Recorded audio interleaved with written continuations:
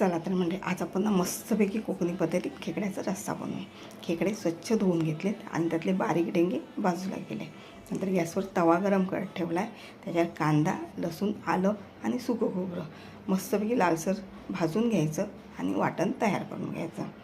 नंतर बारीक बारीक डेंगे आहेत ते मिक्सरमध्ये घ्यायचे आणि बारीक वाटायचे एकदम, आणि त्यात पाणी थोडं घालायचं आणि 2 वेळा गाळून घ्यायचे, म्हणजे बाकी कच बाजूला राहते.